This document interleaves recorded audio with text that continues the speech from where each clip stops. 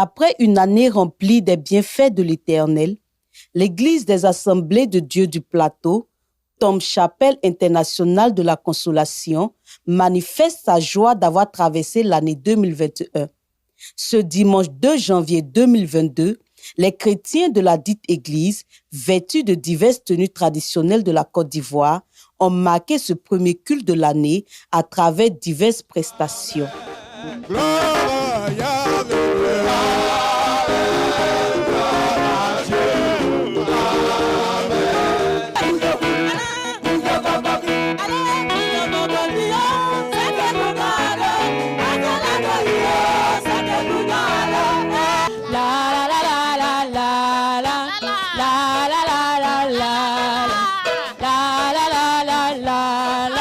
Reconnaissant à Dieu pour ses bienfaits, les groupes ethniques ont presté chacun dans sa langue d'origine.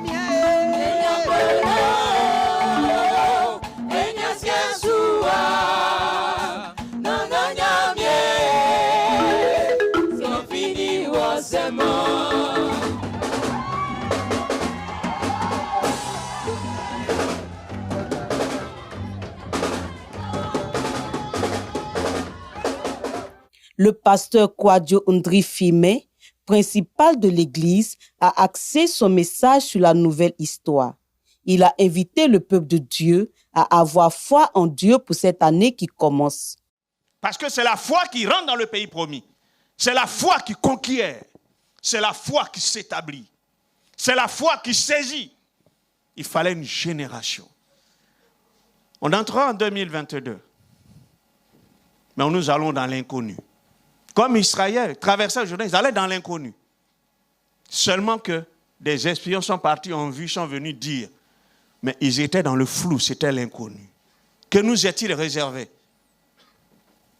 Mais ce qui était merveilleux, c'est que Dieu les avait déjà précédés dans l'inconnu pour leur donner un territoire.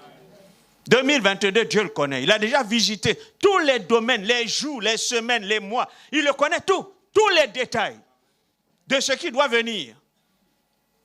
Il les connaît. Il nous y attend même déjà pour nous accompagner dans chaque facette.